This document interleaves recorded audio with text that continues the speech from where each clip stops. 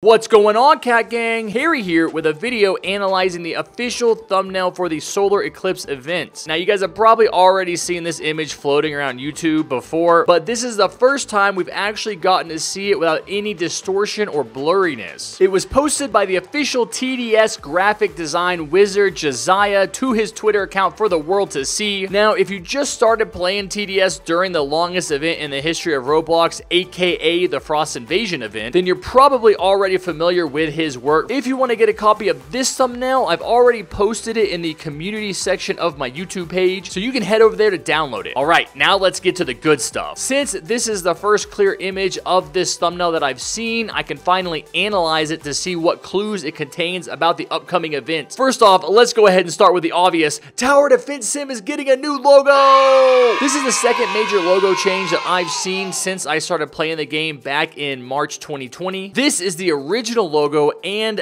as you can see, it's pretty boring. It's much more square and much more basic. Honestly, it looks like it was designed in Microsoft Paint. The letters are not multi-dimensional, and the zombie face is just kind of bleh. Now, here is the updated TDS logo that was announced on July 7th, 2020. It became the game's official logo with the hardcore beta launch on August 28th of that year, and this is the logo that we've had ever since. As you can see, it's much more professional looking than the older one. The letters are three-dimensional with some nice fading colors, and the zombie actually gets some personality with its brain showing and its mouth going like What's funny about this logo is that I really didn't like it when it was first released. I just didn't think it had the personality that the older logo had, but now that it's been in the game for almost a year and a half, I can admit, yeah, it's better. In fact, my theory is that you can actually judge when Tower Defense Sim is going to get a major overhaul to the game based on when it gets a new logo. So let's go ahead and take a gander at the brand new logo from the upcoming event thumbnail to see how different it is from the logo that we already have in the game. Whoa, that is so different. First thing to mention is that the letters have obviously become progressively more three-dimensional, where in the first logo, none of the letters were 3D, but in this logo, you can clearly see that they're all 3D. This gives the logo depth by making it look like it's going to jump off the page. Whoa, look out! Also, the nice square outline of the logo has been traded in for one that follows the lines of the letters, which definitely gives it more personality. You can see that this logo has much better color fading, and of course, the zombie gets even more personality.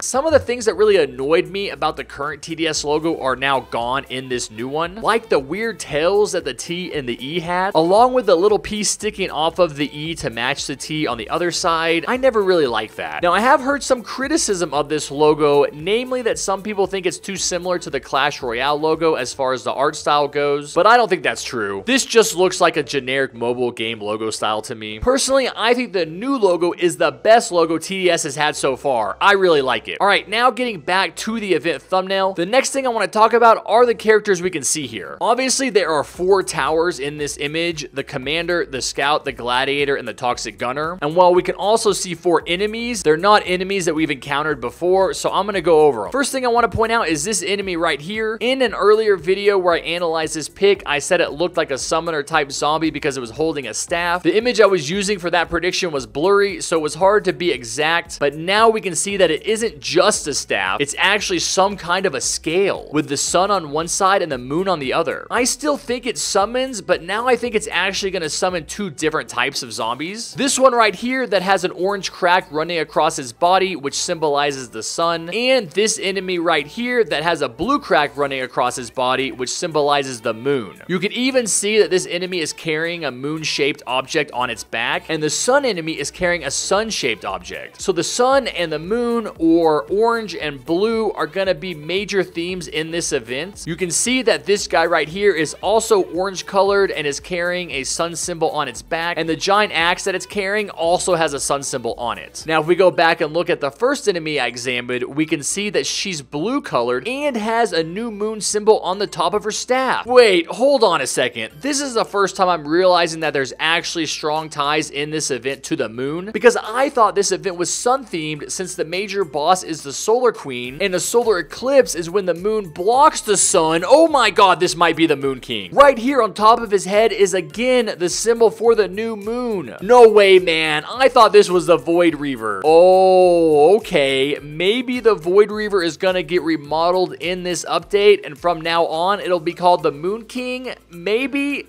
maybe anyone?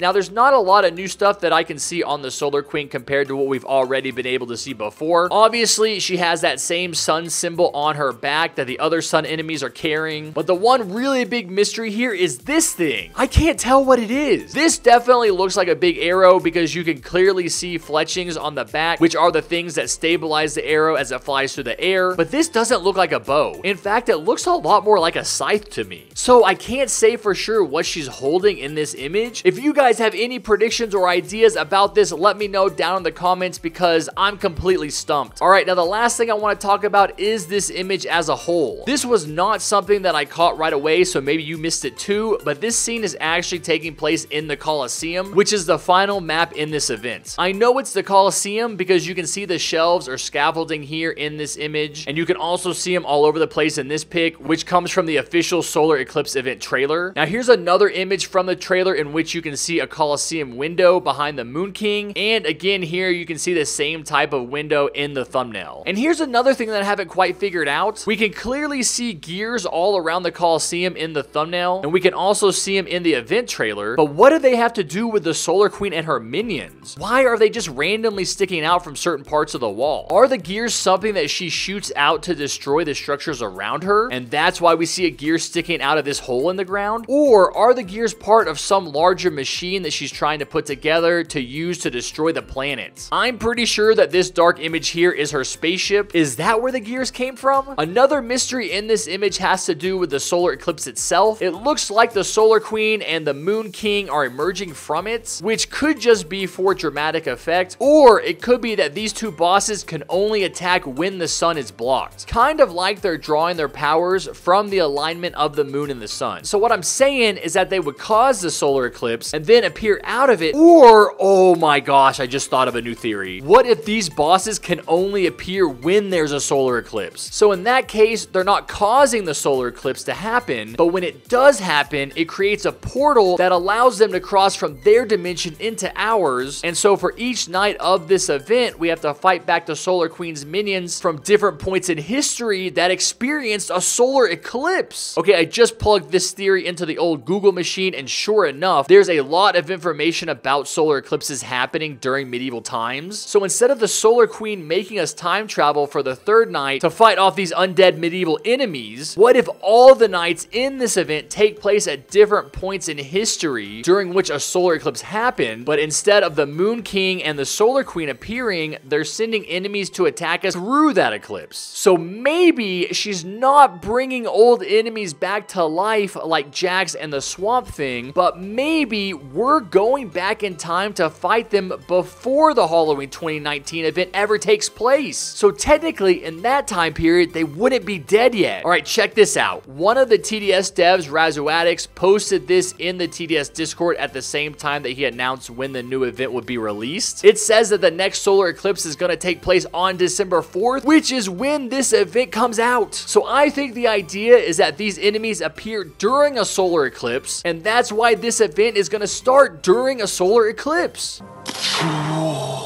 Oh, this is too much for me to handle. Let me know what you think about these predictions down in the comments below, because I gotta know if anyone else agrees with me. Alright, now if you enjoyed this video, go ahead and smash that like button with your forehead, hit the subscribe button with your big toe, and turn on notifications however you can so you don't miss any of my amazing upcoming content. And I will see you guys next time. Take care, be safe, and never forget what I always say: solar eclipses rule.